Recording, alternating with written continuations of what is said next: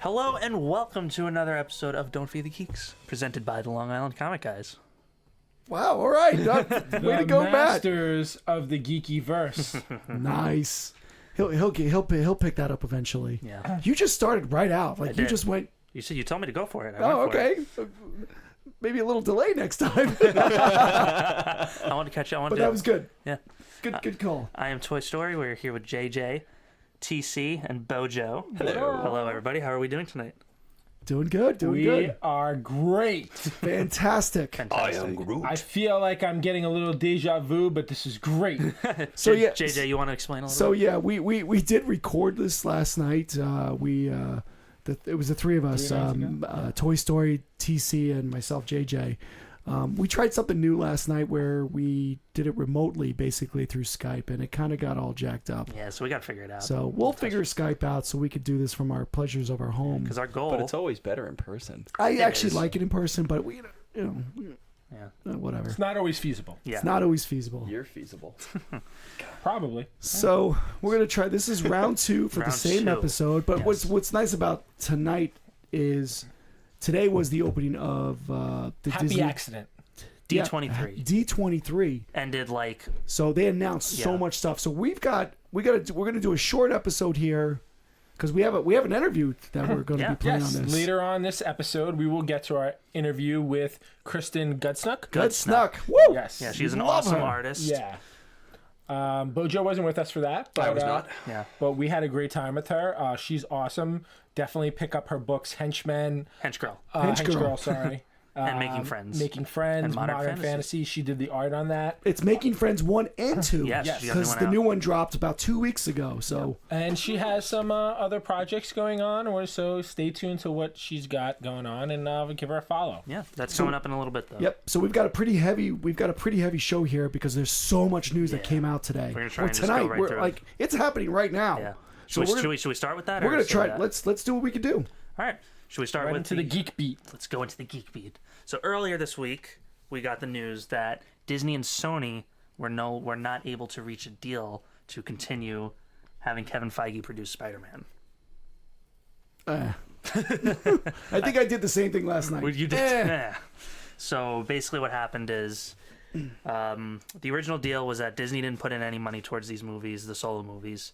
They didn't get any profits. They only got 5% of first day revenue from the theaters. Sony fully financed them and fully got all the rest of the profits. Now I guess Disney's seeing how much money they're making. They want a little piece of that, so they're proposing a 50-50 thing. I mean, you got to think of it from Disney's perspective. Is like they're definitely not. They wouldn't have done that well without them. Mm-hmm. I mean, 100%. People went to go see those because he was part of the Avengers, not because it's just like, hey, I'm fighting Vulture. Yeah. You think Michael Keaton signing on for a Sony-led movie? Yeah. I don't know about that. No. Yeah, probably not. Nope. So You think he wants to be in the same movie with the Avengers? Heck yeah, he does. yeah, I mean, I personally think this is going to be resolved at some point. I agree with you. I think They're going to find something. There's too much money to be left on the table. the backlash. I know for a fact that Sony's stock took a hit after they the did. news came out. I don't know. I'm gonna stop saying but I never stopped saying all right. Something's got to change on that. It's gonna. 'cause They're not going It to let has that to. happen. He can't let this go. It's too big of a character. It's too popular. Yeah. Something's gonna change. Yeah. So we'll see what happens. The news could be completely different by the time this comes out. So Yeah. we'll see. Agreed. Yeah, we think it's PR tactics. Yeah. There you go. All right, next up, we got Keanu Reeves and Carrie-Anne Moss will be returning for The Matrix 4, which will be directed by one of the Wachowski siblings. We did this also last night. All right. Well, I'm gonna go into it because when you said that, I was like, that's really weird because I IMDb'd it. I was like, I'm pretty sure the Wachowski brothers did this, and then I was like, I don't know who these girls were, and I was like, and then you told me, I was like, oh well, the Wachowski brothers are now the Wachowski sisters. I was like, oh.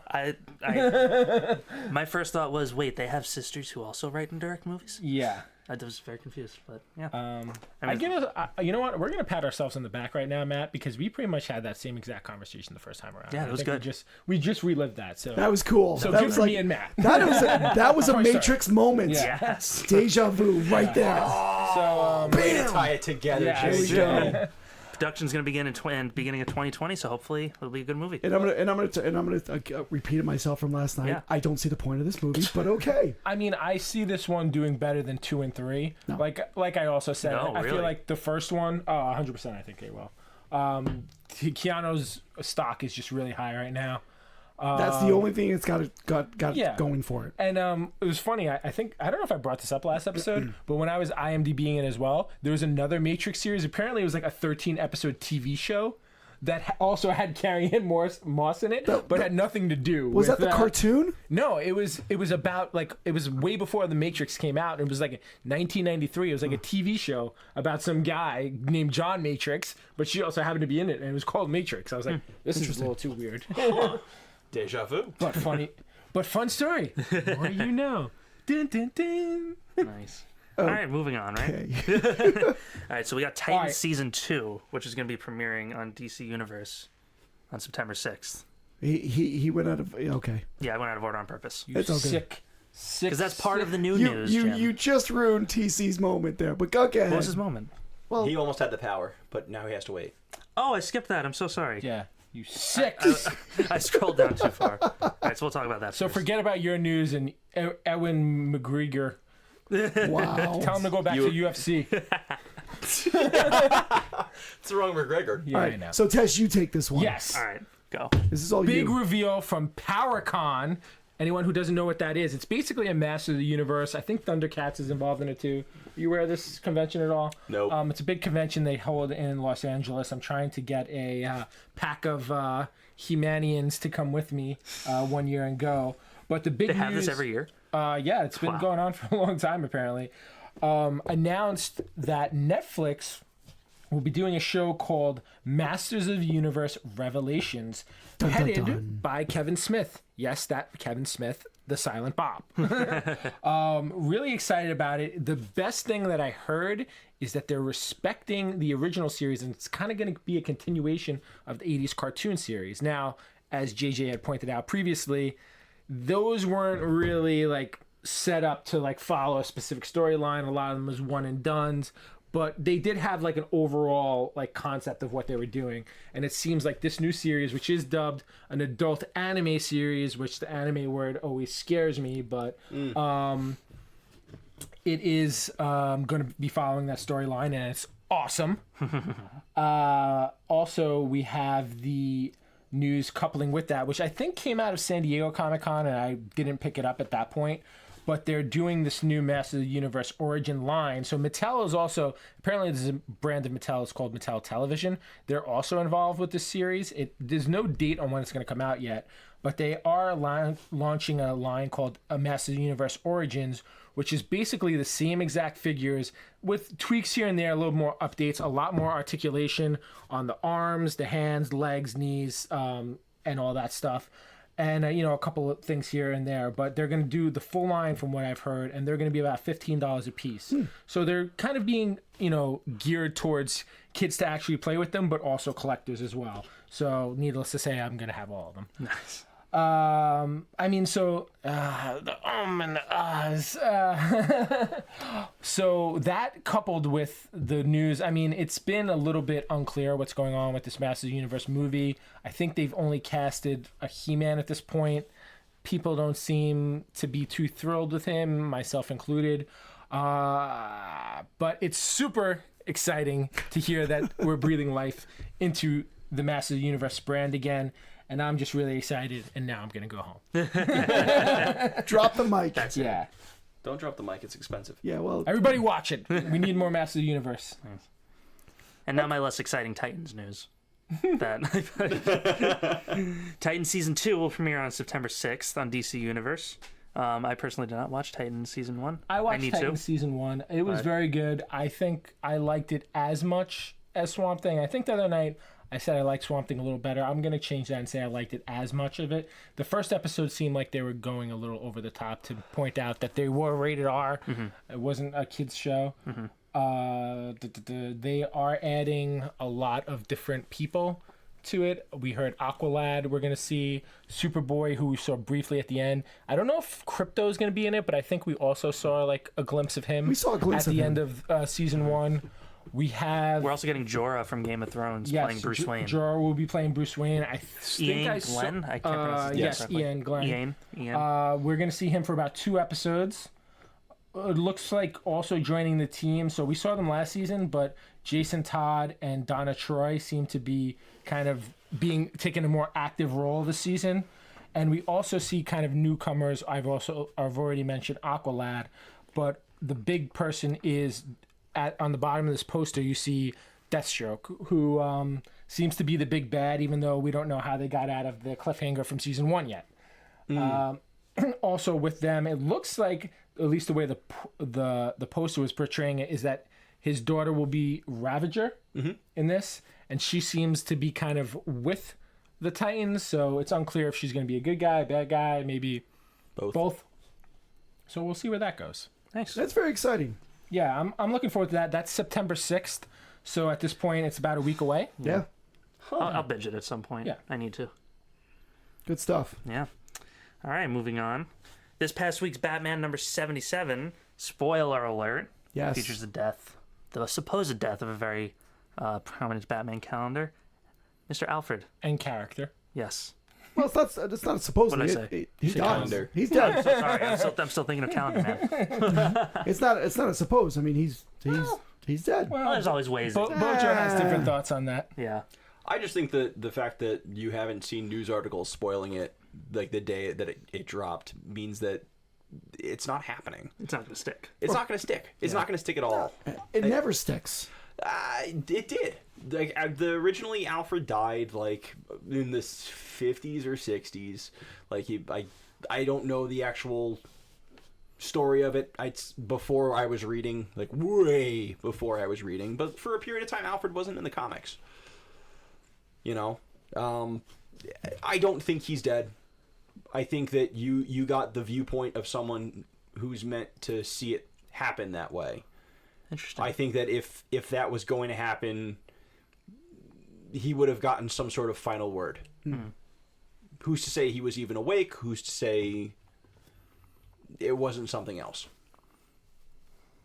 Okay. I guess we'll see next week. Or next 2 month, weeks. rather. I'm sorry, 2 2 weeks. months, 2 weeks. It's probably a dream sequence. It's not a dream sequence. I can't help but wonder where Clayface is. I can't help but wonder if it's somebody else in his place. That's interesting. Could he snap Clayface's neck? You Good put point. a thick enough stick in the mud, and when you twist, you break the stick. There you go, cracking sound. Interesting. I don't know. I don't think it's gonna stick, and I'm maybe I'm gonna eat my words. I know that Tom King had to get approval from DC about doing something big and bold and crazy that was gonna stick for a generation, and I don't think that this is it. I Or you think that's still to come? I think it's still the marriage. I still think it's. I think that Tom King's run is going to end with Batman and Catwoman getting married. I think that's the only way it can end. Okay. Wait and see. Yeah. All right, you want to talk about some stuff that you heard recently? Yeah, absolutely. I was on Twitter all night waiting for the updates to come in, so we got a lot of new shows. A lot of stuff that's coming out of Disney Plus this November, but should I just talk about the relevant stuff? Just go and not for the it. Lady and the Tramps of Yes. them all? Yes. So we got Miss Marvel TV show, original series. We got Moon Knight, All original live action. series, all live action. She-Hulk original series. Those are 3 Marvel series that were announced tonight. Are there any details on them, like actors attached? I haven't seen anything Okay. yet. But interesting that they're not billing them as part of any sort of phase. So maybe they're like, I assume they'll be in the same world, but maybe not pertinent to whatever overarching story they're doing. That's my thought. I think you also might see them show up in these movies that are coming up in Phase 4. I think that's how, at least personally, I think that's how we're going to get introduced to a lot of these characters and be like, hey, you saw him in that movie, now let's go watch him on Disney+. Oh, you're not subscribed? You should probably subscribe. Yeah. We also got the announcement that Star Wars The Clone Wars, the next season, is going to premiere in February. Oh, that's relevant to Extremely relevant. Clone Wars is fantastic. It is. Yes. And these episodes I'm have using been- that word. Fantastic. Yeah, but it's really fantastic. So we got that. We got a trailer for The Mandalorian, which we all just watched and looks insane. probably one of the most incredible things I've seen from Star Wars recently. Yeah. It's beyond movie quality. Like, it's Jon Favreau, man. unbelievable. Jon Favreau. Favreau. I mean, I think it might just be Iron Man. I think it might be Iron Man 4. Could be. That's funny. I think we're all gonna binge that. Right? I mean, we just saw the trailer, and we just saw it once, and I mean, there was so much coming out of that. You know, we saw IG-88, which I love that character. I mean, that's such a great bounty hunter. And some of these other characters we saw in past movies, they may not be the same characters, but the same type of armor and species. Stuff. Yeah, species. Which was pretty cool. So I saw some Twi'leks. And, so it's very exciting. I'm so excited. I can't wait. Do they know? So we don't know anything about this. I don't know how many episodes it is. No, I think it's 8. Where does this fall in the timeline? Do we know anything about that yet? I don't know. Yeah. I don't know. Well, we're going to get all those details out. Probably by next episode podcast, we'll have more details I'm more excited on for this. these shows than the movies at this point. Yeah. Looks incredible. It's sick. And then my boy Ewan McGregor was just announced to be back for Obi-Wan Kenobi series. Shouldn't have been a big surprise because it's been talked. Hello there. Yes.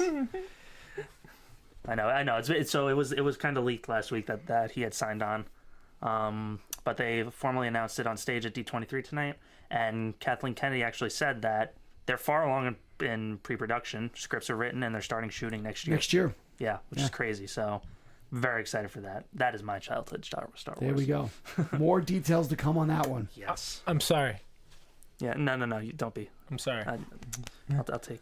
I'm sorry. All right. And, Jim, do you want to talk about Billy Tucci a little bit? Sure. Let's do that in the announcements later after we can do that.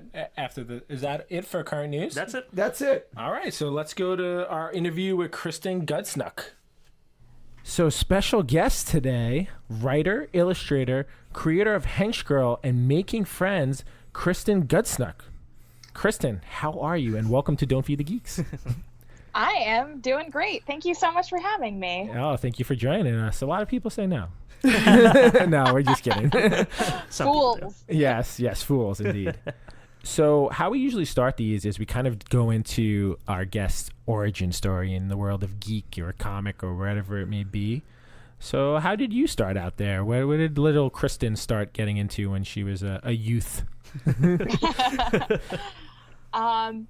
Well, I always liked drawing and I always liked writing. And so to me, comics always felt like a really fun way to do two different things that I couldn't decide which one to focus on. So I was like, oh, okay, here you go. Comics are great. And when I was a teenager, actually all my life, like in 8th grade, I would just draw little comics for my friends. So one of my friends actually saved them, so I have these really cringe-inducing comics that I drew on like computer paper in like the back of the classroom. Oh, that's awesome. We have to find those. Get early Kristen first appearance stuff. And I remember when I was in high school, I did some comic that was like it was a parody of high school. So it was like me just making fun of my classmates, and I sold them to kids at school for like $1 a pop. That's awesome. And an entrepreneur. That is so cool.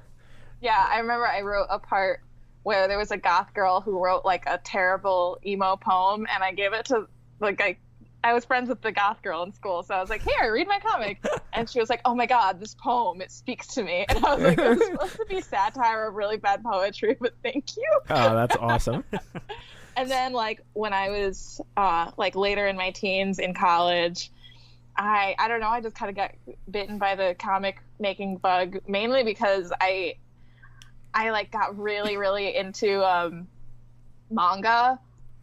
Which I had been at different points in my life, but then I just like got way back into it, and I was like watching Naruto instead of like going to classes and stuff like that. And so I did this comic that I made into a webcomic called Misfit Assassins. And it was really bad, but I learned a lot about how to make comics from doing it. So It's a really cool it was title. good in that I was way. going to say, it's a great title. I was like, they're assassins, and all of them are misfits. So there you go. Very cool. And then after that, I just kept making comics. Later on in college, I made like a watercolor comic that was like 40 pages long, because with Misfit Assassins, I got like 280 pages in or something, and I was like, I can't do this anymore. This is shitty. I swear. Technically no, but I we will. That's close enough. It's all right. It's a borderline one. Crappy. We'll try to bleep it out. It's fine. Yeah. Okay. We're PG-13ish, so if one slips, we're that's okay. technically allowed then. Yeah, PG-13. We can let one or two like not too bad ones slip. No, I'm Yeah. supposed to be a children's author, so I swear. Anyways, I was like, I want to do something shorter so that I can actually feel like I finished something. And so I made this like watercolor comic, and it was really fun. And I made it into a webcomic too. And I was going to print it and sell it at conventions, and I never did. And I just still haven't. And it's just, yeah. And so then I took I was just like, I don't feel like talking to people in real life. I'd rather just move on to my next thing. And then funny. I like didn't do comics for a long time, like 5 years or so, because I don't know. I just was living life and having fun in my early 20s, and you'd be surprised how many of the stories we hear was, my early 20s. I kind of got out of this for a while. I was like, listen, everyone in their early 20s kind of gets it. Yeah. Partying sounds fun for a little while, and then it's just like, all right, well, I'm tired now. Well, I was like, I should get a real job and like be a grown up, etc. Comics won't pay the bills, etc. But then I started dating my boyfriend, and he's into comics a lot, and I was like, oh look, I made these comics way back in the day, teehee. And he took me to a comic convention where afterwards they had like a drink and draw where yes they do. I've heard of this. It was fun, and they had a little contest where like the prize was a comics making class, and I was like, I drew a sad cowboy, and somehow I won the prize for the class. And I was like, oh God, I have to think of a comic, so I have something to work on in this class. And that's how Henchgirl was born. My first like real comic. It was because I won a voucher, and I was like, I gotta use this voucher. That's awesome. So did you have super random? Did you have any formal art training, or are you mostly self-taught? I'm self-taught. I mean, I took art classes in college for fun, but I was not. I got an art minor, a painting minor, just because I kept taking art classes, just like every semester for my sanity. I was like, I really like drawing. I want to take classes, but I didn't go to art school. At the end of it, you're like, oh wow, I have enough for minor right now. That's awesome. Yeah, so then I started working on that, and I was doing that while I was working at my old day job, and I just part of it was because my boyfriend's really supportive in that way, and like also I just felt very inspired, and I just started cranking out comic pages because it was a webcomic, and I had this like imaginary deadline, and then that's good. That's good that you did that for yourself. Like, oh, I have a comic, and there's a bunch of it, and readers. It was cool. So you just kind of posted up for, is that how that works? You kind of posted up for free somewhere and just who was interested? Well, in my old days, I had been on like a comics server called drunkduck.com, which we gotta find is that. kind of a terrible name. Is it still active? I don't know if active is the right word, but it still exists. But I was like, oh, all the cool comics have their own URLs, so I actually made my own website. Oh. AKA, I got someone to help me make a website because I still don't really know how that works. Yeah, and then basically what happened was I was just kind of plugging away at it. Once again, my boyfriend was like, you got to do comic conventions. That's what comic book people do, because he knows about comics. So I was like, oh, that is what people do? Okay. Is he into all like the superhero stuff? Yeah. Oh, we have shelves and shelves of Marvel and DC and Vertigo stuff. That's awesome. Nice. And other things too. And so I started doing conventions and just kind of selling my own self-published copies of Henchgirl. And then it got noticed by this small publisher, Scout Comics. Yep. And they were, well, what happened was I went up to their table at New York Comic Con, like the first year I was trying to like break into comics. And I was like, here's my portfolio. If you want me to draw anything for you, this is a sample of my art. And the guy there was like, oh, what is this? And I was like, oh, it's just my webcomic. And he was like, oh, this is interesting. And that's how it got picked up. I was trying to get paid work, and instead I got a book deal. That is awesome. That's awesome. That doesn't happen to a lot of people. That's pretty exciting. I know, I'm very lucky. Well, Henchgirl was a special story because I think that the title and the description gives you like what's going to happen in it. Like it's about a girl who works for a supervillain. So I feel like that one was like easily marketed or something. I don't know. I just I think it's kind of unique though. Like you've never really seen it from like kind of that perspective so much. Yeah, totally. In my case, I was watching like a bunch of like Batman animated series, and I was like, Great call. Yes, very good stuff. But I had watched all of it in a row, so it was like all in my head, like just like bursting with inspiration. And I was like, I would totally be like some rando in this world, probably a bad person, because that's more interesting. Yeah, it's always fun. Everyone always wants to play the villain. Yeah. I was like, I always liked the villain character, so I was like, that should be my character. And I was just like, what would like living in a superhero world look like if you're just a kind of normal random person who's not like special or destined to save the city or ruin the city or whatever. So, and that's kind of where that idea sort of came from. So this is JJ. So I got the honor of reading Henchgirl. I guess it's the whole series here in the one book that you actually signed this past weekend. I actually liked this book. To be honest with you, I would have never picked this up off the shelf, but I'm kind of glad that I got to read this because I loved it. It was different. I love the art in it. It kind of had that Scott Pilgrim take to it. And the characters are hysterical. I mean, you got Mary, who's basically Henchgirl. My favorite character is Tina. She can sprout, carrots from her skin, body. He's been intrigued by this for the last like 3 days. Right. Well, it's funny because there's scenes where they're eating carrots and nobody's paying any mind to it, and then all of a sudden she's sprouting carrots out of her skin and people are starting to freak out.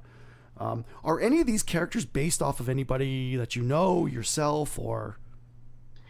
Well, first of all, thank you. I'm so glad you liked it. And second of all, I think that in some ways, people I know in real life, just like bits and pieces of them show up in different characters of mine.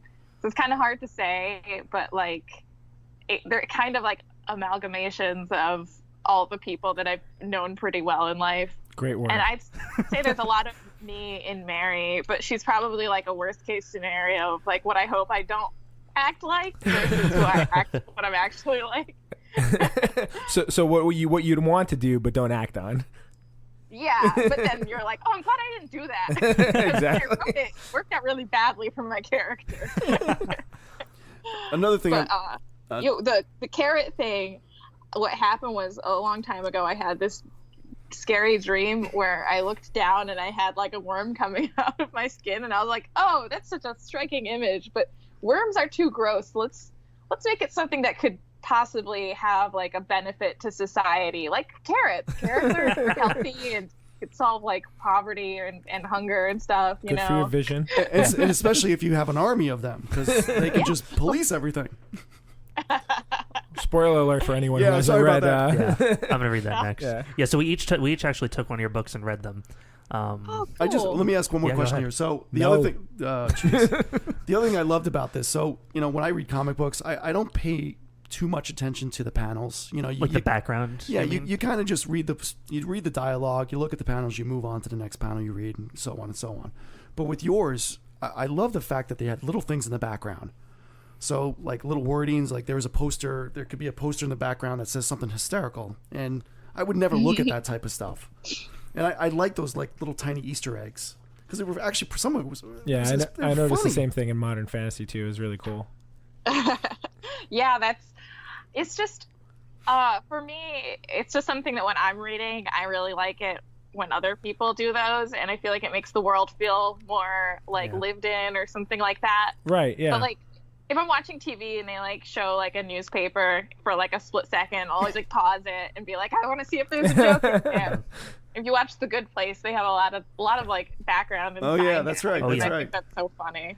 Yeah. That's That's right. really cool though. Especially like I don't see that kind of thing too often. I don't, in, like, and that's the why Marvel stuff or the I DC notice stuff. it more with your book, like this book. I noticed Yeah, it. some of the guys do, and like I feel like you take more time reading the comic book too than just kind of, Yeah. like, you know, for us too. Like we spend so much time like reading so many different comics, mostly you know, so we can talk about them. That we're like, you know, flying through them. You know, I think we actually all kind of took some time and actually looked through these, and you know, appreciated them more than we usually do. Well, like when I was reading Sex Criminals, Great there's this book. one part where they go into like a dirty bookstore, and there's like hundreds of gags on like DVD titles and magazines. I and stuff, remember that like, exact book. It was just like so. That was like kind of when I was starting to do comics that I read. I was starting to do comics again. That I read that, and I was like, I want to do that.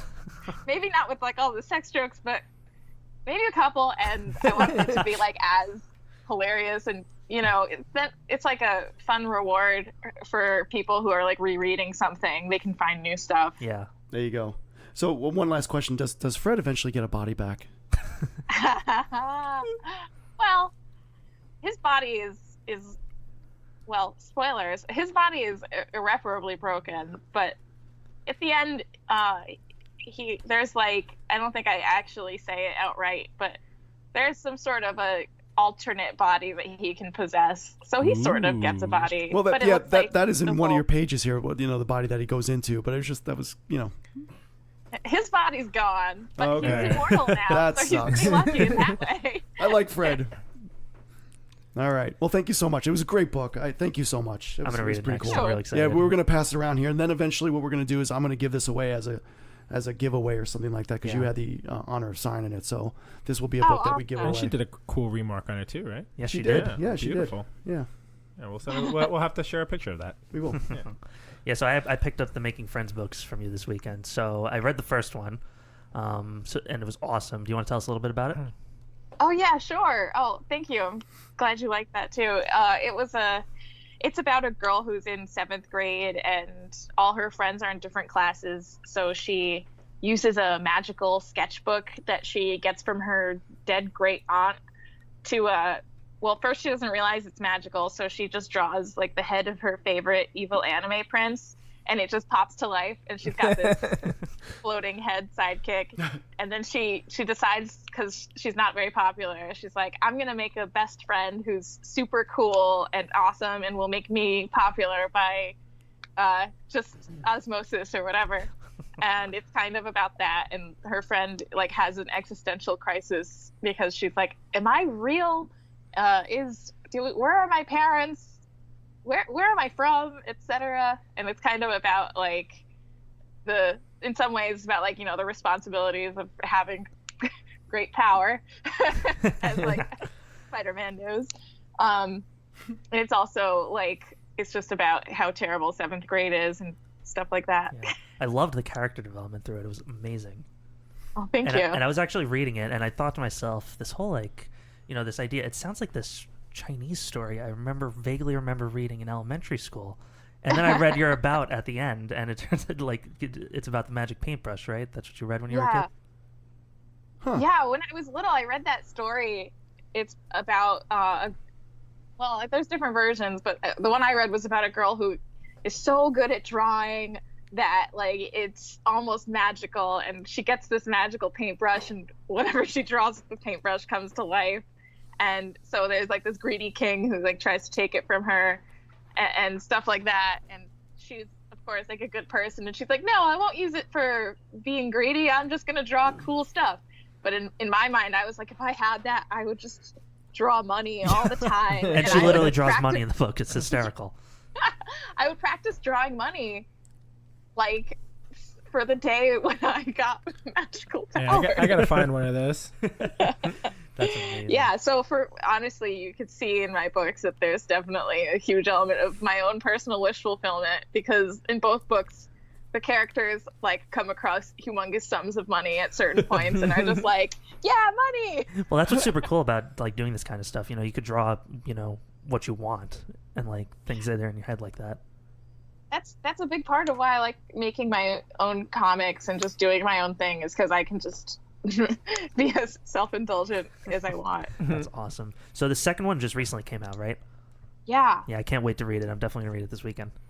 Oh, awesome. It's Yeah. called That Making one's Friends like, Back to the so Drawing she Board. still has the sketchbook and she decides she wants to take it easy for a while. So she clones herself so that her clone can go to school for her. And I was just like, for me, that came from my intense desire to have another me to help me meet my comics deadline. I was like, I would really like this. And also she makes like a Pokeball, because I keep thinking like I have a dog and I wish I had a Pokeball so I could bring her with me everywhere. And I was just like, I'll make it happen in my book because I can't have it happen in reality. I love 'cause that. That's this so cool that you do Technology that. doesn't exist Yet. yet. Yeah, that's awesome. Please do. I constantly think about that at the same time, all the time too. It's like I wish I just had another version of me to do the work that I don't want to do, and then I can do all the fun stuff. Well, no, I would try to be fair with my clone, like, because it would be me, and you'd have to have a good relationship with them. You split the But- time Well, you're a evenly. better person than I am. So I wanted to kind of talk about Modern Fantasy. So that one you only did the art on, correct? It was I'm sorry, Rafer. It was Rafer. I'm sorry, what was the last name? For Robert. Rafer Roberts. Got it was such a cool story. So we're like kind of D&D guys, and so I obviously it has a D&D vibe to it too. So it had like everyone had their own characters. I love how in the beginning like everyone had like a level 14 this, or like I think what was it, Lazy Lizard? He is like he was like a mooching was one of his power. He was like a plus 12 moocher. I was like, that's hilarious. It's just it was so fun. I was looking for more. I was wondering if we are ever going to find out what happens in the castle up floating in the sky.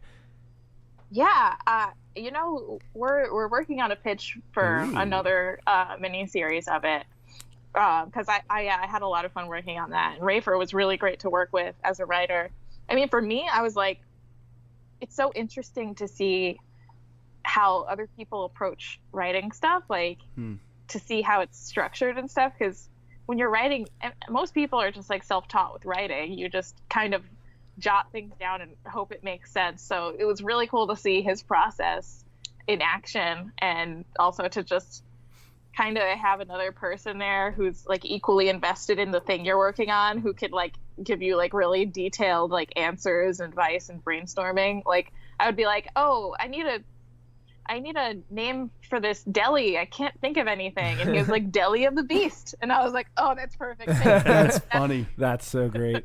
So did you learn a lot kind of from like working with another writer, kind of like on the writing process? Yeah. Well, like for instance, with Making Friends, I actually, well, it turned out fine in the end, but kind of wrote myself into a corner by I didn't split things up into pages. I was like, I'll figure that out when I do it. And then I was like, oh my God, I thought this was going to be 200 pages, and it was like 265 pages or something. And I was like, those extra 65 pages, I still have to draw them before my deadline. Oh man. And I was like, I'm getting paid the same amount regardless of how many pages it is. I was like, why did you do that, Kristen? Why not figure it out beforehand? And so the way he was writing was figuring out what would happen on each page and then writing the dialogue. Whereas usually I'll just write the dialogue and just see how long it takes to get the thing across. But it keeps you more like, it keeps the pacing tighter, I think, to outline your pages and then write your pages, like being aware of what page is what. What are some of the biggest differences between drawing for your own scripts and someone else's scripts?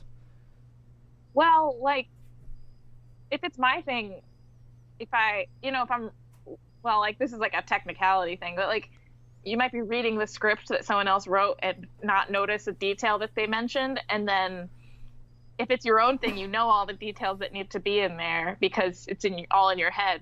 But if it's someone else's, you could like accidentally forget to include an important thing that like needs to be there. So I had to read things closer and stuff like that, which is a good thing to do anyways. But do you, go ahead. Sorry. Yeah.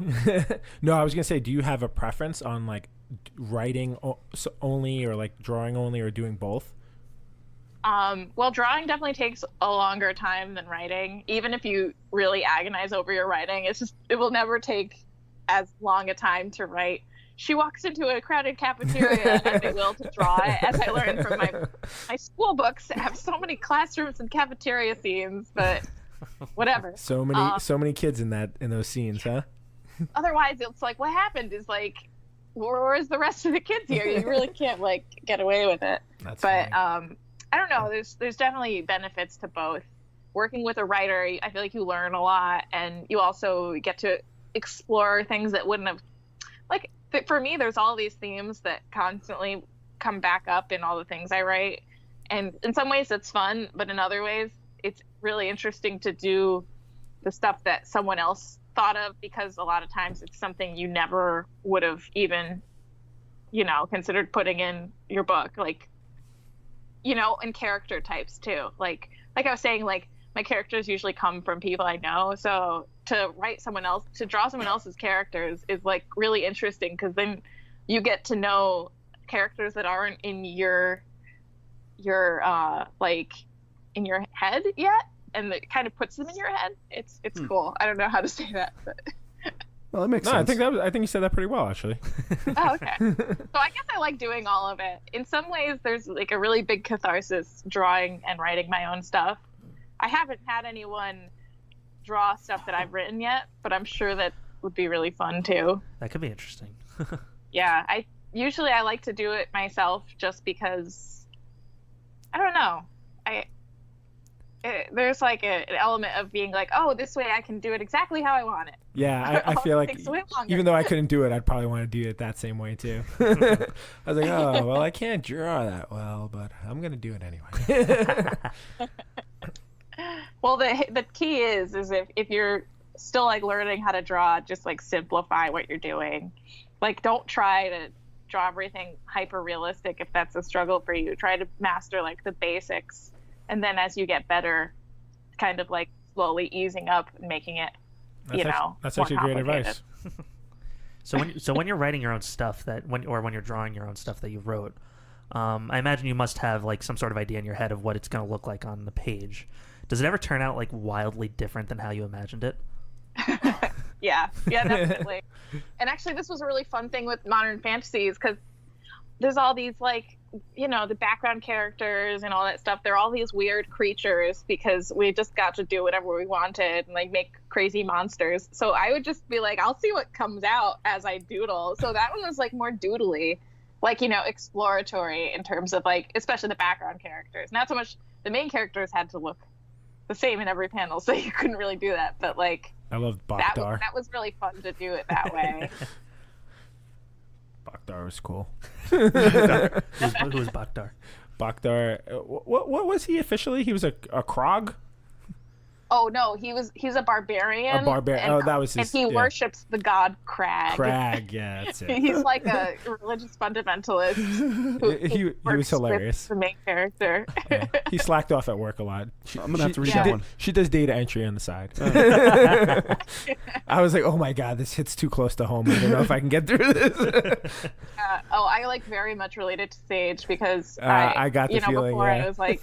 Before I had like the comics as like my main job, I definitely like had like a soul crushing office job that I was just like, I want to go home and draw comics already. Yeah, when is this over? We're kind of in that boat. Yeah, I think everybody has that kind of thing that they want to go home. That's awesome though that you're doing what you want though. Yeah, I think that should be everyone's goal.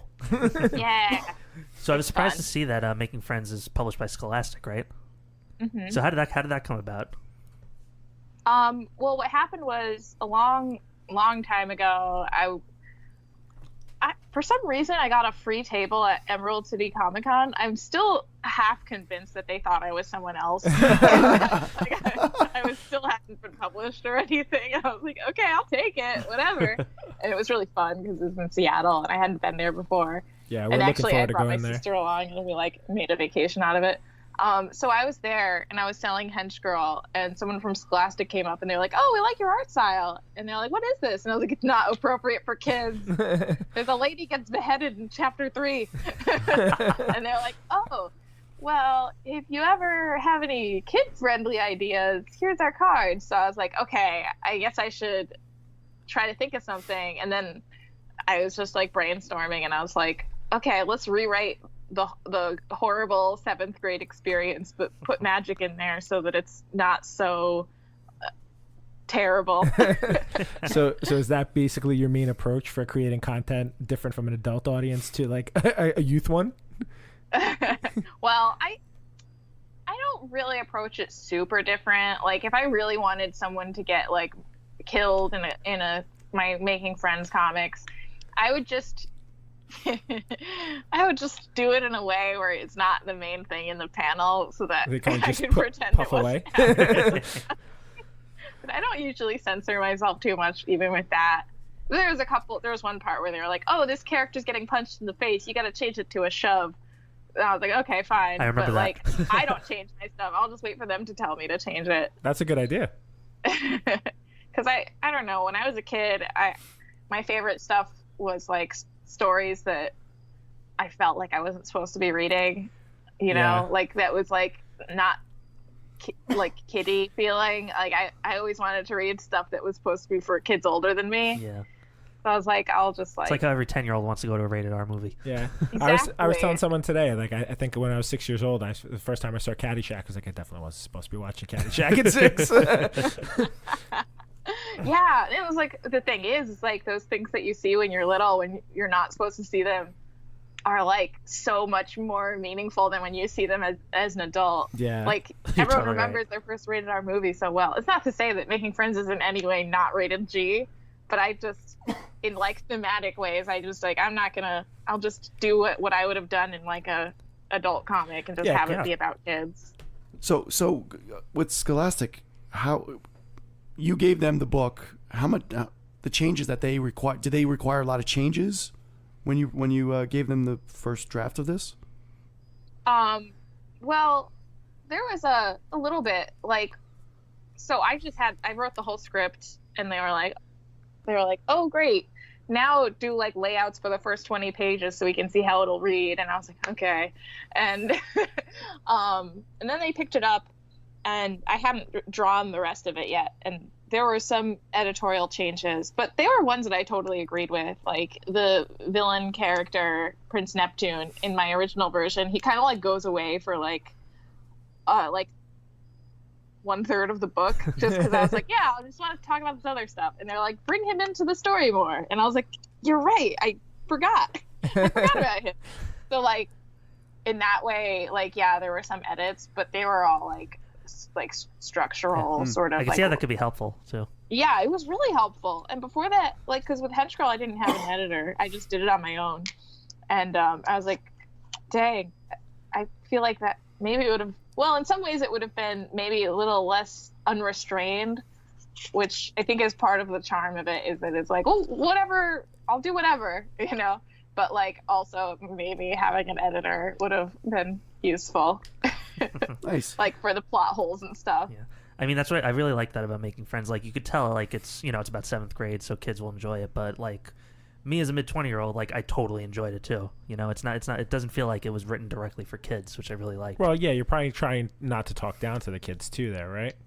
Yeah, that was totally my goal. Because I was like, there's tons of stuff that's quote-unquote for kids, like Miyazaki movies and Pixar things, where it's like, everyone likes it. And I was like, the only difference between, like, you know, something like Spirited Away and, like, a more adult-themed thing is just, like, swear words or whatever.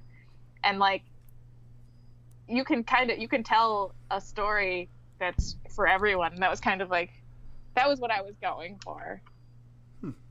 Turned out great. Yeah. Okay. So at Terrificon, we got to spend a little bit of time to talk with you. You mentioned the Scholastic Classroom Project. Is that something you can talk about? What? The Scholastic Classroom Project? What was it? Was Is this...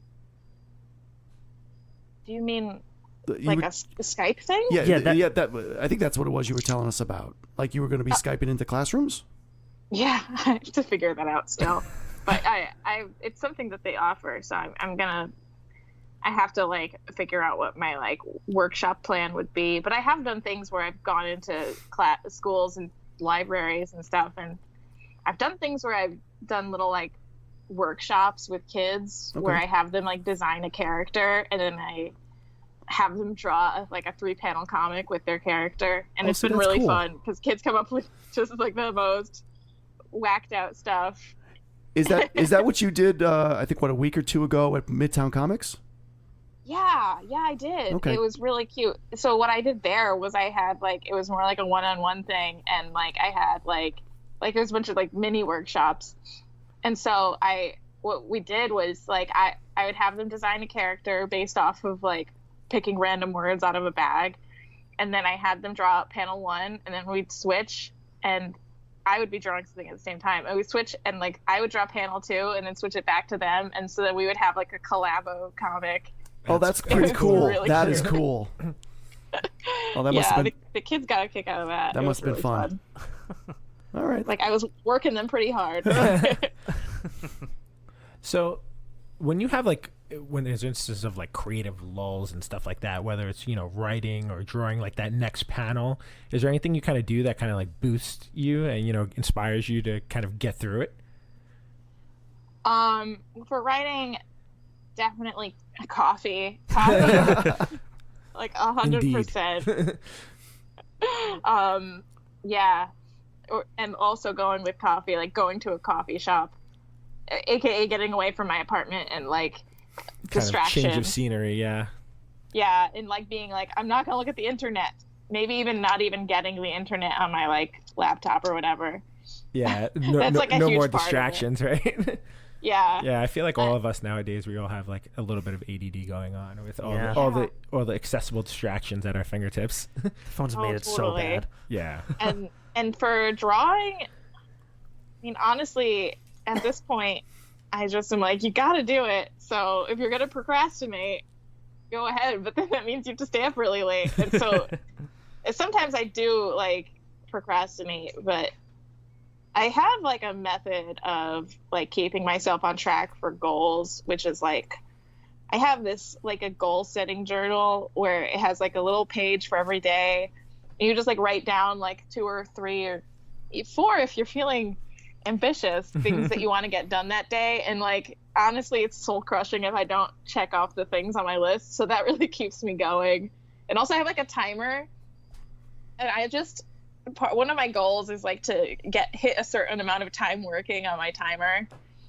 And if I have the timer going, I'm like, this is work time, and it's like a mental thing because I'm working from home. Yeah, that's clever. It can be really hard to like make yourself Yeah. do stuff. There's a lot of and also, distractions. Your Like, bed's before I right was there. working from home, like when I was like, coming home from work and being like, I guess I could draw comics now, but I'm really tired. Like having some sort of like a structure thing is like super helpful. But like the main thing for anyone who's like an aspiring like comic artist or whatever is like, you don't ever like beat yourself up for like not getting something done, because even though you might think, I don't know, in some ways you're like, maybe I deserve to beat myself up, but like I was reading this book and it was saying about how beating yourself up is actually a form of procrastination. Ooh. So, but also like if you don't do that, which sometimes I like, if I'm like really like just looking at Twitter all day, I'll be disappointed in myself. But but like, I don't know, if you don't beat yourself up, then you'll actually get more stuff done. You spend more time yelling at yourself. Yeah. Yeah, I feel like generally we're usually our own like toughest critics too. I think kind of across the board. Like when I'm doing something, it's just like if it's not good if for me, I don't think it's good enough for anyone else, kind of thing. Mm-hmm. Well, it's good to also listen to that inner critic because, if you're doing comics, you don't want to spend all this time drawing something that you're like, I didn't do a good job writing it. So like in that way, it's like you do want to be in some ways, maybe be hard on your writing, but easy on yourself. Right. Yeah, that's a good way to put it. Yeah. Oh, hey. Ooh, jinx. Whoa. That was weird. Thanks. Yeah.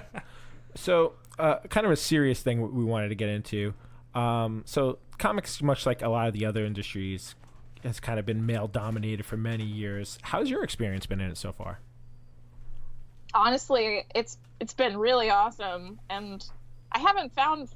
I don't know if it's just that I am like can be I don't know. I don't talk to people that much. It's like I'm antisocial, but no one's ever, I haven't really come across any like negative experiences, sexism or whatever in comics. I mean, unless it's like the really subtle stuff where you're like, is this person not taking me seriously because I'm a woman, or are they just like not into my stuff, which is totally fine. And like, not everyone's going to be into your stuff. Right. Yeah. But like, I think there's a lot of people who really want to support female comic book artists and like women in general in like entertainment. So Absolutely. in some ways, I'm like, there's all these really cool opportunities for women in comics, like special groups of ladies who get together and like network or hang out and draw comics. So it's like almost like, I don't know, it's definitely gotten better from what like horror stories I've heard about the past. So you mentioned some of those people who like to get together. Would you consider like, do you have any like specific female or otherwise kind of like role models from the industry that you've kind of looked up to either, when you're younger or now? Yeah. I was always just a gigantic fan of Rumiko Takahashi, the manga artist who made Ranma 1/2 and Inuyasha. And so actually it's funny because like for me, when I was growing up, I was like, I never had the impression that there weren't a lot of women in comics because I was reading manga and there's like tons and tons of like really beloved female mangaka. So I kind of grew up in this bubble where that was totally normal and accepted and stuff. That's awesome. We apologize. We would normally have more manga stuff to respond on, but our manga expert is not with us tonight. He's Mr. Bojo. He's vacationing tomorrow, so he couldn't be with us here tonight. Manga expert. Yeah. Well, he's an expert on everything. Otaku here today. Yeah, we're definitely gonna have to do this again. But so I guess the last serious one before we get back to the fun would be like, would you have any like advice for future generations of girls trying to break into the comic industry? Yeah, totally. And this goes for everyone, really. I mean, I'd honestly say like making webcomics is so great because 1, you get to do whatever you want. 2, you learn how to make comics just by doing it. 3, there's just a huge audience of people who are maybe bored at work and want to read a comic on the fly or whatever. Yeah. I don't know why. That's There's true, tons of people who just read all sorts of webcomics. So you get like a built-in audience who can tell you like where you're going right and where you're going wrong. And it for me, it was really helpful in the beginning because it taught me how to like keep a schedule and how to like stick with a project for long term, which was always a struggle for things other than comics. Because like with comics, you're like, oh, of course I need to draw the next page because that's what comes next. But with like other things, you might just like fall off if you're not doing like a webcomic or having a book publisher who's like, where are the pages? Right. So like I would honestly say just like posting your stuff online and getting feedback and like, Get a lot of exposure that way too. Yeah. And there's tons of people who want to like network and who want to support like new comics and stuff. So that's the first thing. Don't wait for someone to like give you a job. Just right.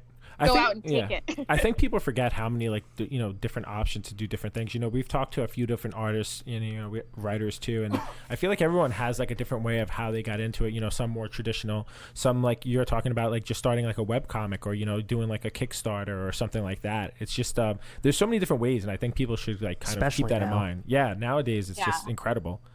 Well, I think nowadays especially they want like publishers want to see what you've already done, so you kind of have to like make something on your own before you get like a book deal, unless you just have a script that's really, really good and like samples that are really good that you just made. But like in other fields, like you're expected to wait to get like a publisher. But I think in comics, it's different, like where you're kind of expected to just do it yourself until someone pays you. That's funny. That's what we're doing. Yeah. Exactly. And that's the way to do it. So do you always see yourself working in comics, or are there any other like areas of art that you want to branch out to eventually? It's kind of hard. I don't know. I think I do see myself always in comics. I spent so long like learning how to draw comics that it would be kind of, in some ways, it would be like a couple steps backwards to try to do something else. But like, I do have this fantasy of being a script doctor because I'm always watching movies and being like, oh, you had me up until this part. I would rewrite this scene. So I'd love to like rewrite someone's like Hollywood script. Like if that just like landed in my lap, I would really love to do that as like a side thing. But I think comics are probably always going to be my main thing, unless I suddenly like develop a love of some other art form. That's awesome. Are there any like famous titles or creators that you would hope to work with someday in the future? Yeah. Tons. I'd love to work with Chip Zdarsky. I've always really liked his stuff. I feel like your style would work well with his like writing. It really would. Yeah, it would. we're gonna push that on him. Don't worry when we see him. But also I feel like in some ways I'm lucky. I'm kind of like living the dream because my favorite thing is to just write and draw my own comics. Because like I said, I was like, I'm a control freak. So like just doing it all myself is really fun. But there are definitely other people like Brian Lee O'Malley, who wrote Scott Pilgrim. I love his writing. I loved Seconds. So I would love to work with him. I could probably fool people into thinking he drew it too. That's awesome. So I know we're circling back a little bit, but you mentioned like the con experiences. It sounded like you had like good con experiences, right? Mm-hmm. Do you is there anything like memorable that's happened at cons, like maybe commissions you've done or stuff like that in like the con circuit that everyone kind of travels on? Because we're a big like art commission guys, at least me speaking for myself. TC, you're the most by far. Yeah. Well, our buddy Jeff is pretty bad too, but Jeff has got some of her stuff. Oh, he does. Yeah. Oh, yeah. So yeah, that makes sense. Yeah. Do you have anything like memorable, maybe mashups or like your own characters? I'm sure you get a lot of Henchgirl requests, right? Yeah, actually, I did a couple at Terrificon.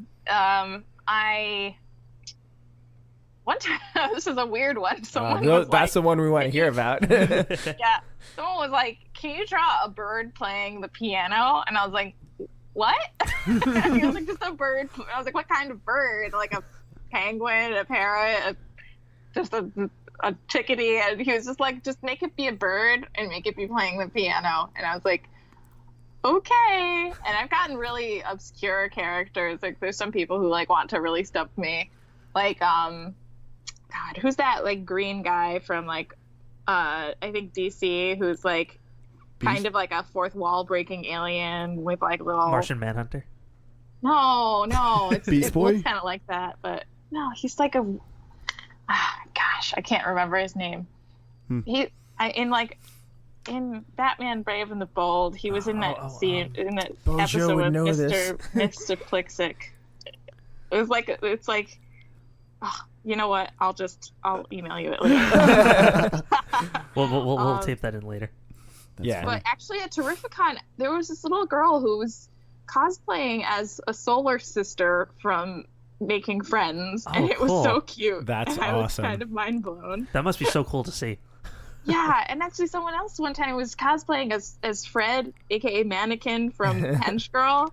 She's had like bandages all over her, and she had like painted a cat onto her t-shirt because he wears like a cat t-shirt and had like blood everywhere. That's and I was funny. Like, this is amazing. Oh, that's funny. That's got to be like the greatest like kind of flattery that has to be out there when you see people doing stuff like that. Yeah, it was super cool.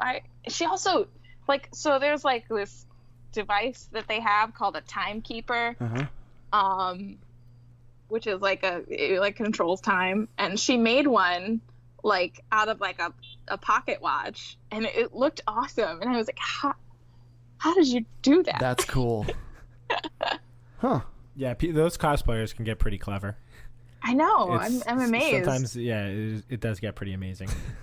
I would never cosplay because I don't know. I wouldn't want. It's nice to just be I guess at Comic Cons, I guess it depends on if you want people to stop you and talk to you. Yeah, posing 1,000 pictures all day. What has been your favorite con so far?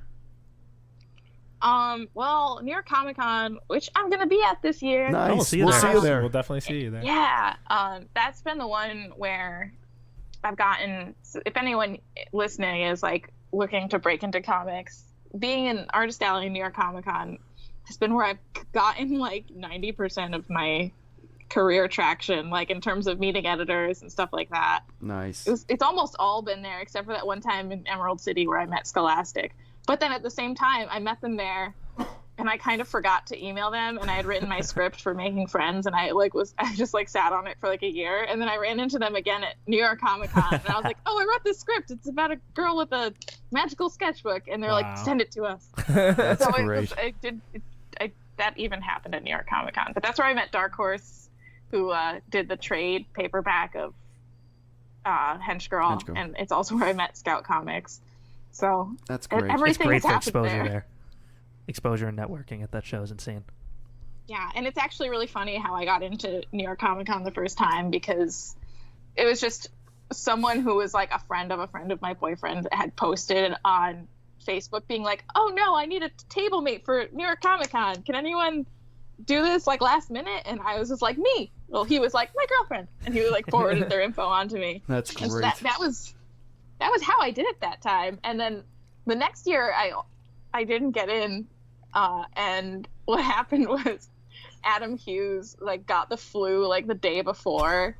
And so they called up the guy who had given me the half table the year before and were like, can you come to New York Comic Con tomorrow? And he was like, sure, let me call Kristen and see if she can share my table. That's awesome. So it was like totally based off of Adam Hughes getting sick. I swear I didn't poison him. I'm going to say, I think some investigation's going to be going on after this episode's released. It's not the year I missed him. Darn it. You have no proof. That's awesome.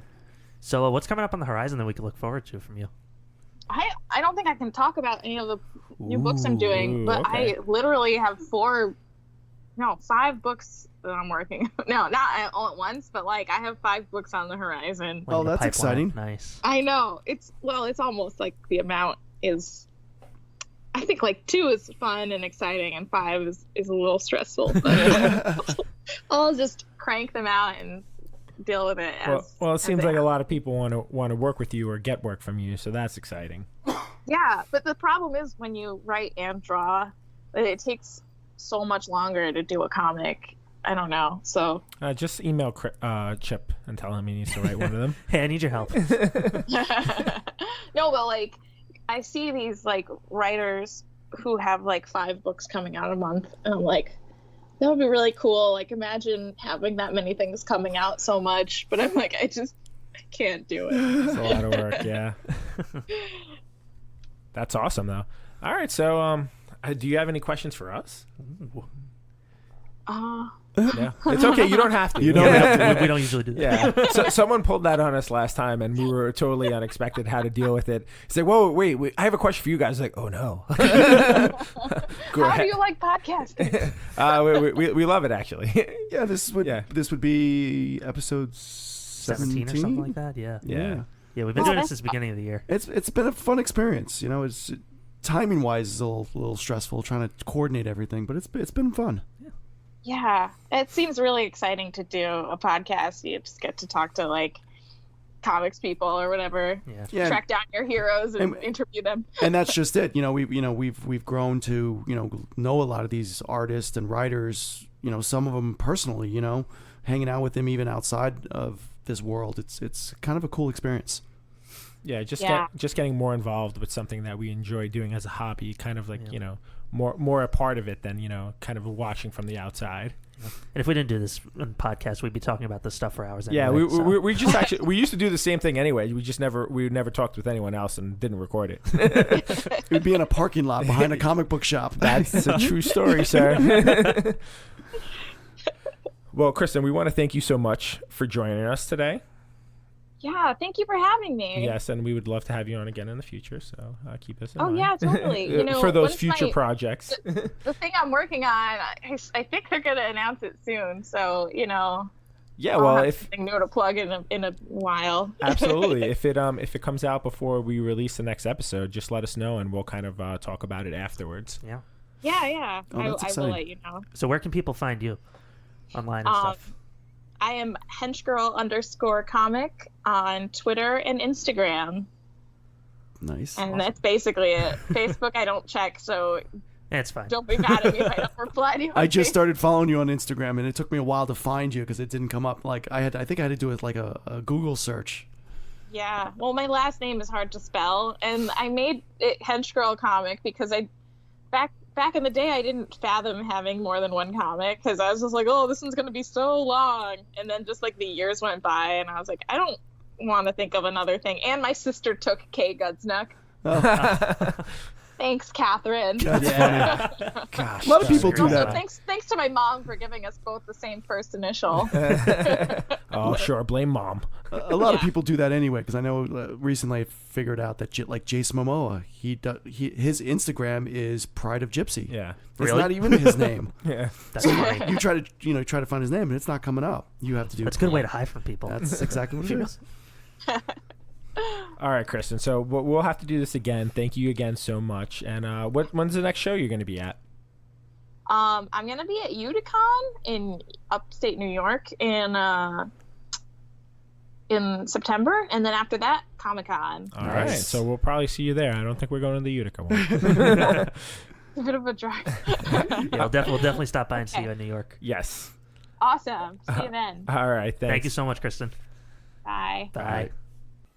All right, thank you, Kristen. That was an awesome interview, guys. Awesome. Wasn't it awesome, Bojo? He's gonna listen to it. I haven't heard it yet. She He'll was tell us today as you're listening to it. she was actually quite fantastic. That was to awesome. talk She to. was very cool. very down to earth. Just I really enjoyed talking to her. You know what's cool? I think it seemed like she was into like a lot of the same comics and stuff that we read too. Yeah, which you was could tell. pretty cool. But it was cool because like we had, we all picked one book of hers to read, as we said, and like you said, JJ, it's not stuff that we would have normally picked I up would have never ourselves. read that in a million years. But I'm so glad I did. Yeah, you know? absolutely.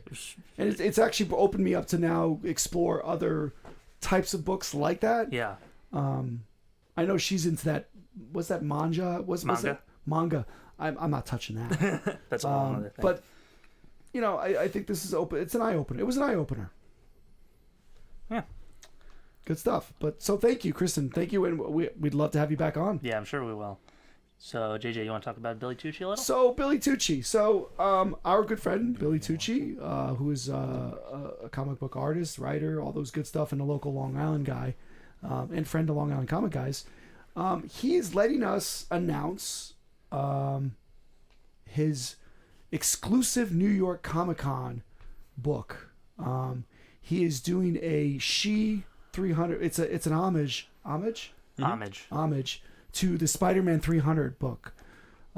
It looks fantastic. I actually got to see a lot of it, and it looks fantastic. He's going to have these at his booth at New York Comic Con. I think he's going to do 2 different. I also agree they look fantastic. Thank you. Is fantastic the word? Yes. Have you heard about the word? Fantastic. Am I saying it too much? Am I saying fantastic too much? I say fantastic too much. Okay, because I say interesting a lot. Yeah. So this is an interesting, fantastic book. So you got to go to his booth. You got to pick this book up. I know that there's a lot of different covers out. A lot of different artists have done this cover. I've seen a Spawn. It's a cool like little niche thing to collect. it really homage is. covers for that book or any book. And it's pretty cool. I mean, Yeah. I recently saw Rick and Morty, Pickle Man, Pickle Rick. Pickle Rick, whatever it is. Yeah. I don't even know this character, but there was one of him. Like Yeah. it's pretty funny. Yeah. Rick turned himself into a pickle. Yeah. Okay. I believe you. So believe gotta you. go to Billy Tucci's booth, New York Comic Con. These books, I think he said there'll be about $10. There's going to be I think he said there's 2 different. I think he's going to have 2 different covers, a virgin cover and then a full color. Check this book out. It is fantastic. Odds are we'll probably be hanging out with him there. So Yeah, you'll see us there. yeah, you'll see us at his booth probably. Do we happen to know what booth number? Not at the moment, but we'll announce that at another time. Cool. But yeah, and then stop by and say you heard of it from the Long Island Comic Guys. Yeah. Maybe we'll get him to give you something special. I don't know. I'm just BSing out of my mouth right now. Hear that, Billy? Billy, you listen. So yeah, check Nice. that out. So thanks, Billy, for letting us broadcast that here. Nice. All right, so let's do one more announcement. Also, another one of our buddies and former guest of Don't Feed the Geeks, Chris Campana, had launched his Chosen a Sword and Sorcery Epic Adventure Kickstarter. I think it was launched about a month ago at this point. As we're talking, I think there's about maybe 4 days left today, 3 to 4 days left. He's met his pledge amount of $10,000, his goal of $10,000, and now he's aiming for his stretch. So the stretch for 11,000, and if I can bring up the activity here, I can tell you what it is. So stretch goal number 1, $11,000 is $11,000. What? Does it have to be your bull? It's just 11,000. Sorry, that's a Tommy Boy joke. No. So should they hit 11,000 followers? Sorry, $11,000. All backers at $40 and above will receive a 5-page preview of a new comic book by Chris and writer extraordinaire Garrett Gunn. Immortalists will be hitting shelves sometimes in 2020. Nice. So I've also heard there's some other cool stretch goals he's got set up. So if you haven't yet, try to contribute to this Kickstarter. I bought the mystery box, which I'm not telling you have to do, but it's pretty cool. I'll tell you what's in the mystery box. You get all the books, prints, an original page from the book, and some mystery items, which he doesn't want to reveal yet. That's really cool. I love when you get the mystery boxes. But there's all different tiers, starting from $5 anywhere to How much is the mystery box? $260. Oh. Yeah. Yes. He puts really cool stuff in there. Yeah. So get the mystery you box. usually get Yeah. a couple pieces of art. You're getting Yeah. one, right, Jim? That's pretty cool. I'm not getting one of those. I apologize to I am Chris. I poor. can't afford that at this moment, but I will be getting one of I'm these. going to be getting the regular Yeah, one. there's other items between $5 and like $125, and there's different tiers in there, so you can get something pretty cool for pretty much any amount of money. And Chris's stuff is fantastic. I mean, some of the books he's already put out, love his books. Yeah. So make sure you check this out, follow him. And again, he's another one that's going to be at New York Comic Con, so stop by his booth. Tell him we sent you. Tell him we sent you. Yeah. Yeah, he's got some cool things here. Yeah. Good Nice. stuff. All right, so before we sign off for the night, what have you guys been reading and watching lately? Bojo, go for it. I just read this cool book called Batman: The Long Halloween. You might have heard us talk about it, or you probably didn't. And if you didn't, go to YouTube and you'll see Yeah. us talk about it. Yeah, so I picked up my books this week for like the first time in 3 weeks. a pile? Got through, yeah, a good pile. a little pile. Read the newest Batman issue, which we already talked about. I've been absolutely loving the new Hickman X-Men books.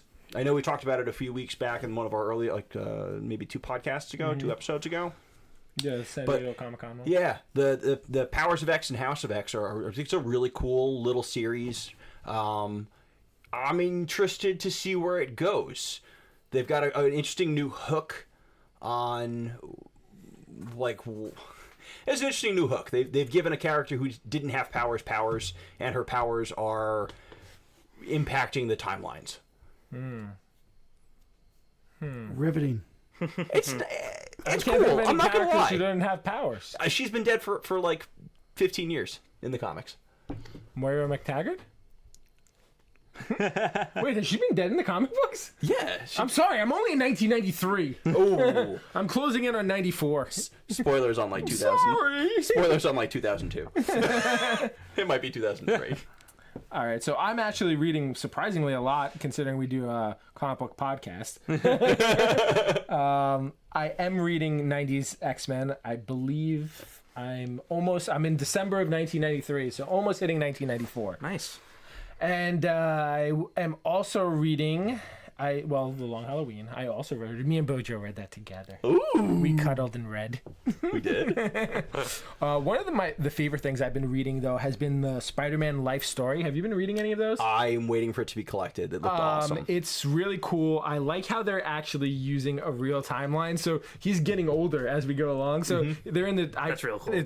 I think they've done up to the 2000s. So the one I recently read with 90s and 2000s, it's kind of like 50-year-old Pete at this point. I was like, this is pretty awesome. I think Chip Zdarsky's been writing it. Bagley, I think, has been doing the art on it, or at least he did the art on the last one that I read, the 2000 one. So it's been pretty cool. The art's been great. The stories have been, they kind of condensing like each decade of Spider-Man into one story. I don't want to give it away because it is a really good story, and I want you guys to read it yourselves. I'm going to, for sure. Yeah, I highly recommend that. Probably the thing I'd probably most recommend right now, personally at least. And then I also started the first issue of Immortal Hulk.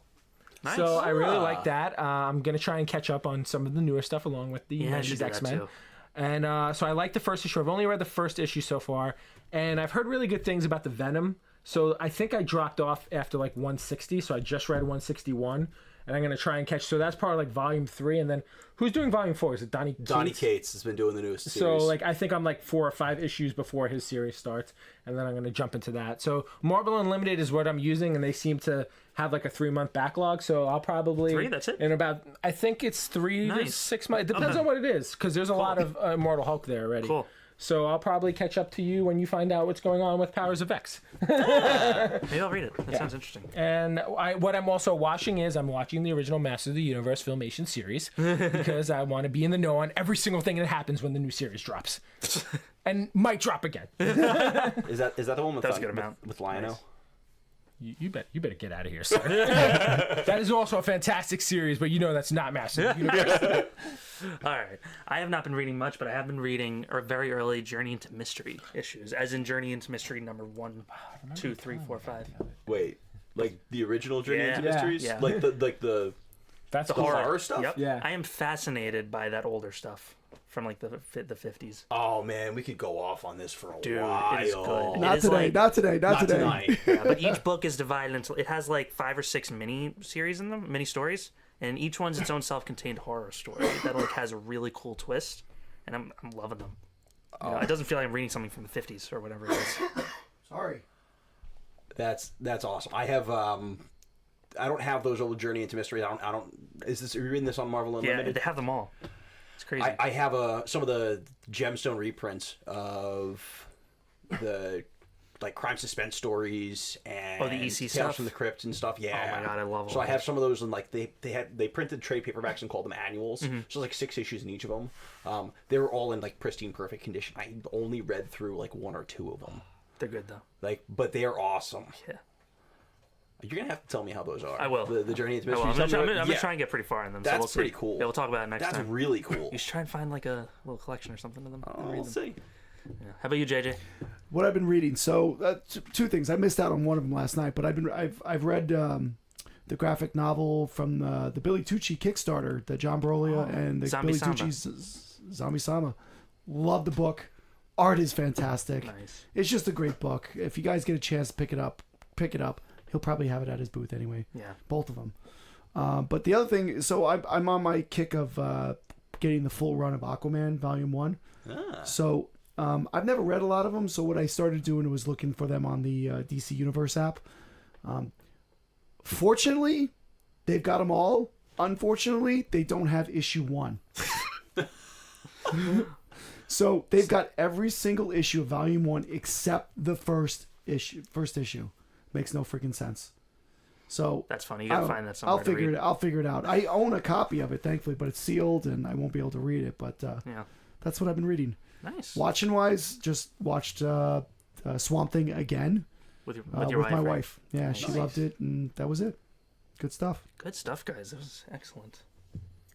This was better than last night. This was much better than last night. This felt fun to me for some reason. Because we're all hyped up from what we just did. I think I was stressed out because of that stupid Skype. Yeah. This We'll get that. This was easier. Yeah.